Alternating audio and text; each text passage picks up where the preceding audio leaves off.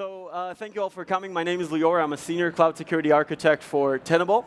And today we're going to talk about mitigation of the risk from identities, both service identities and human identities in cloud environments, and why it's such an important component of an overall cloud security strategy. So the way it's going to go, we're first going to talk about a few of the challenges that there are in cloud security. We're then going to talk about the unified approach in order to manage your cloud security strategy. We're going to talk about the criticality of identities and their entitlements as part of that.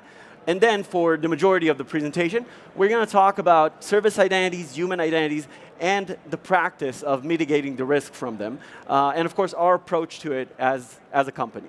So with that, let's get started. So we all know the huge business opportunity that there is in the cloud, right? I mean, we don't need to talk about that. We're in reInvent. We're all familiar with it. But cloud environments introduced a lot of challenges that we're now facing, right? So cloud environments by nature are very dynamic and introduce a lot of new attack vectors. Cloud is not a technology that's been around forever, and so not a lot of people have been doing it for a very long time. So as we all know, there's shortage of expertise, which is very, very significant when you want to secure environments responsibly. Now, there's also a lot of tooling overload, right? A lot of people in the industry has created a lot of tools. The cloud providers have their own tools. And it can get quite overwhelming if you don't have a very coherent strategy into securing your environments. And with that in mind, the cloud demands a lot of collaboration, right? The wall that we used to have between infrastructure and developers, that is kind of going away because everyone has their hand in the cookie jar based on the nature of cloud environments. Now, with that in mind, we need to keep still thinking about security as something that's done in layers, right? Security is not a one-stop shop, right? Because in order to fully secure an environment, you need to take into consideration a lot of things. And that has been the approach so far. Now, the thing is that before the cloud, all of these things were quite distinct from one another, right? And therefore, the mitigation of risk from them was also done quite separately. And the cloud introduced a situation which actually gives us not just a challenge, but a great opportunity to unify all the information that gets from all of these different layers into one location, and then take advantage of that in order to create context and use it in the practice of strategizing our cloud security. And before we're going to do that, I just want to show one example of an attack. This is from a report about an incident. We kind of blurred out things not to accidentally name drop anything. So in this situation, what happened, Log4Shell was leveraged in order to retrieve credentials of an identity in the cloud. And then those credentials allow to basically compromise that identity and use its permissions. But the serious thing, or at least the most serious thing, according to this interpretation, was the fact that that identity got Amazon S3 full access as a policy. And that actually allowed the malicious actor to do a lot of nasty things on the bucket. Right? Now, what that entails is that if we look, this is, by the way, an example of an overview of an attack. If we look at the various components that make up an attack, usually at the end, what we have are identities, right? And that's why identity is such an important component of securing your cloud environment. And what we are now enabled to do is get information not just about identities, but about all the other different aspects of cloud security. That is posture, workload protection, and basically contextualize everything into one space. And that gave birth to a new category of products called CNAPP, or Cloud Native Application Protection Platform, which is all about this kind of unification in order to create context. So before we move on, just two things that we need to take with us, right? So what we are now able to do is we are able to contextualize a lot of information in order to better prioritize our cyber resources. And the other thing is that managing identities properly doesn't just give us the ability to create amazing context because we can understand fully the impact of an incident or a potential incident, but understanding exactly the kind of privileges that there are and that there should be can allow us to limit the potential blast from a breach, right? And that's why it's so critical to manage this properly, but it's really, really not that easy to do with the naked eye, right? As we saw, it's very, very easy to get this wrong, and it's also very hard to get it right. So what is it that we can actually do about it? So before we're actually going to see the demo, we're just going to talk about a few of the implementation principles that we have for the solution. So first of all, it has to be precise, right? It has to enable us to give just the permissions that are necessary and really nothing more.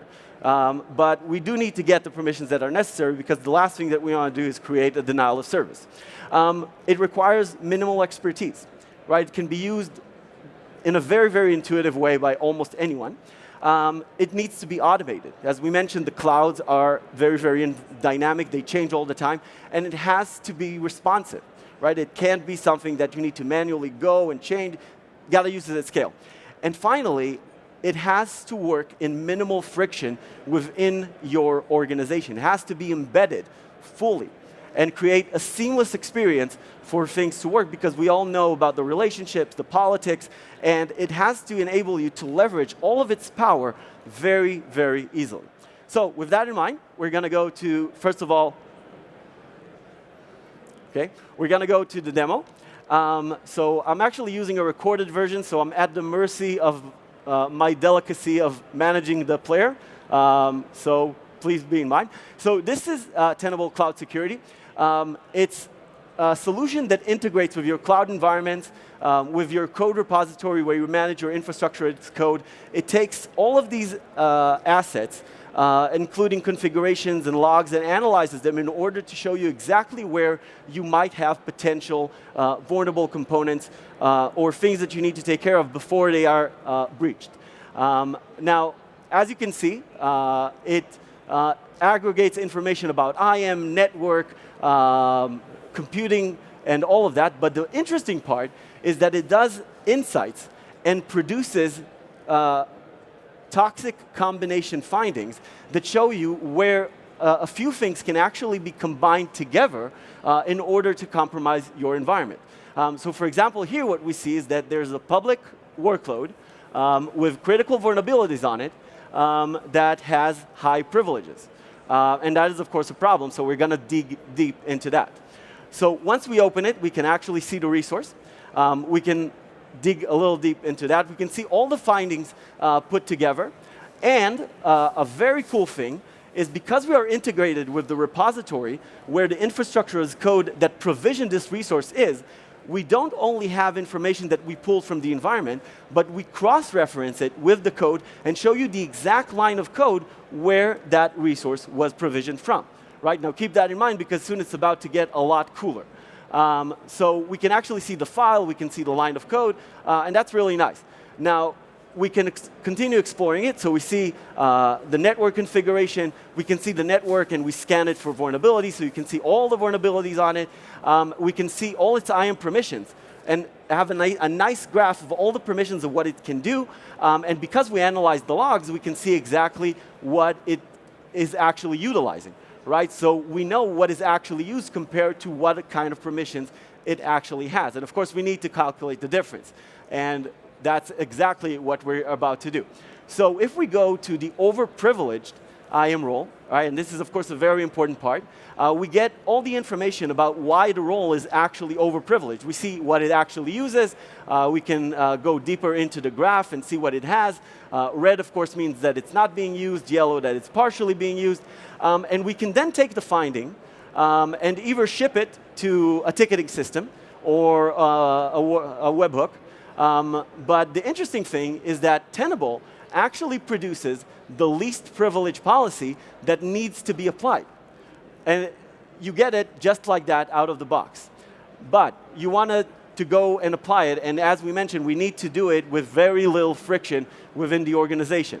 So first of all, we create it as a Terraform script, but that still isn't cool enough. So what we can actually enable you to do is create, with our connection to the code repository, to create a pull request with and if you don't know what a pull request is, it's basically a suggestion for the code repository to make a modification to the policy. It doesn't actually change the policy, it doesn't apply anything, someone still has to review it, and that's an amazing way to communicate with the person that's actually in charge of the environment, which is usually not the security person, right? So there's this gap, and we're now just breaching it. So what we're gonna do is we're gonna create the pull request, and we're gonna put in a commit message. So we're replacing Amazon S3 full access with a least privilege policy. And just like that, the pull request was created. We can go and see it in GitHub. And now someone can actually review it. They can take it to a branch, for example, of a testing, so they can then apply it in testing and see if it works. And then if it does, move it up to production. And that's it. Now, if you don't want to do it just when you have a finding, where it's a little too late and you want to embed it as part of your SDLC, what Tenable Cloud Security enables you to do is to run that process on demand. So you can run a workload in your testing environment, and then on demand generate a least privilege policy based on the learning time. And then you have it out of the box, and you can take that policy and apply it straight to production. And just like that, the player failed, but we're moving on to the next example. Sorry? OK. So that is for workloads, right? What we saw in this demo was how we can monitor workloads and what they do, and then right-size exactly the kind of permissions that they have. Now, this is really nice for workloads, and the reason why it works for workloads is because workloads are predictable. So they're consistent, right? Hopefully, they run code that we know exactly what it's supposed to do, and it's suitable for that kind of practice.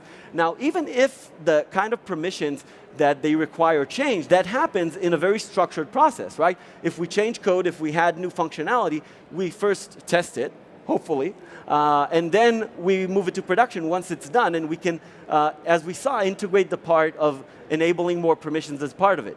Now, of course, the developer experience really, really matters. Now, when it comes to humans, things are a little bit different, because by definition, humans are not predictable. Right? If we can predict and script what a human is supposed to be doing, it probably wouldn't be a human doing it. And for that, we probably need to give a more broad set of permissions. It's also important to try and right-size it as much as possible, but by definition, it will be broad. And also, sometimes they require more permissions. Right? A developer will say, you know, there's a production issue. I now need admin access to production. And you might not be in a position to tell them no. So what do you do then? Right? And keep in mind that when it comes to humans, developer experience really, really matters, right? Because if you're not going to have a system that's being adopted properly, you're going to be in a very, very bad situation. So for that, the solution that we have is something called achieving zero standing trust. That is, we strive for minimal or even no permissions at all, especially for sensitive environments. But how will they still have access? So the point is that users are eligible to request access just when they need them on an hourly basis, right? So they make a request when they have a specific business justification for what they're about to do, and that request is then removed automatically in a matter of hours, based just for that specific duration. So they can make a request, that request is approved, the access is granted, the duration of between an hour and a few hours expires, and then it's automatically removed. So the way it works is a user signs in to the AWS account with their identity provider. They request the access from Tenable. Tenable then notifies the approver. The approver approves the request. And then Tenable does its magic by managing the permissions with AWS's API. And it also integrates with third parties in order to make the experience seamless. Now here, as we mentioned, again, friction is a very, very bad thing because adoption is very critical. That's why third parties integrations are so important. And when the duration of the session is over, the permissions just go away. Right? Tenable does its magic, and it removes the permissions from the AWS account. And we have another demo. Just of that specific ability. So this is Tenable Cloud Security. And now what we're about to do is create an eligibility. So this is not granting permissions. This is just granting the ability to request permissions, right? So we're going to give it a name of the eligibility. We're going to choose the user to which we're going to grant this eligibility, and they can then request the access. We choose, of course, the accounts where it is. We choose the policy, the role that they can use. And we also choose the approver, right? The person that needs to actually make the approve of the request as they come. Now, what we have here is we have the user console. So this is where the user actually makes the request. Let's say now I have a business need, I have a production issue, I need to go on the production environment and fix some stuff. So what I do is I go and I fill it out. I choose the exact account that I need access to. And then I put in the business justification. And then that request gets to the approver, who can then either approve or deny it, right? So they review the business justification, they approve it, and just like that, the requester gets a link to the AWS console from where he can actually go and access the account. Now, that's really great. And when, of course, the duration expires, so in this case it was 1 hour, the permissions go away. However, let's say, and this is something that we saw, but we may have missed it. However, there might be even a reason to revoke the access even before. Let's say we gave it by mistake, or let's say that we know for a fact that they are no longer needed. So we can actually revoke them on demand, right? The approver can go into the console and revoke them. And this is what we're going to see here. And just like that, the permissions are revoked. Now, I know what you may be thinking, and it correlates with the friction thing. Do we want to give the developers another pane of glass? Do we want to make them go through this process? So not necessarily, and for that reason, we developed an integration with messaging systems such as Slack where this kind of request can be made and be very, very seamless. So they don't need another platform. They just go under Slack and then do a command, which is /hermetic. And then do JIT access, JIT AWS, and then they fill out in Slack the same form that they had in the other platform that they don't need to go to, right? So they make the exact same request. They put in the business justification, select the duration, again, 1 hour, and the approver gets the request in Slack, in their own Slack. So now the approver reviews, approves, and in a thread of the same request, so where they made the request, in a thread, they see the reply that their request has been approved, and they can now do the connection straight from Slack, right? So again, they don't have to move to another new pane of glass. Now, the last thing that I want to show you about this is that what Tenable Cloud Security enables you to do, if that's the way that you actually give access, is for each session, you can actually audit everything that happened during the session.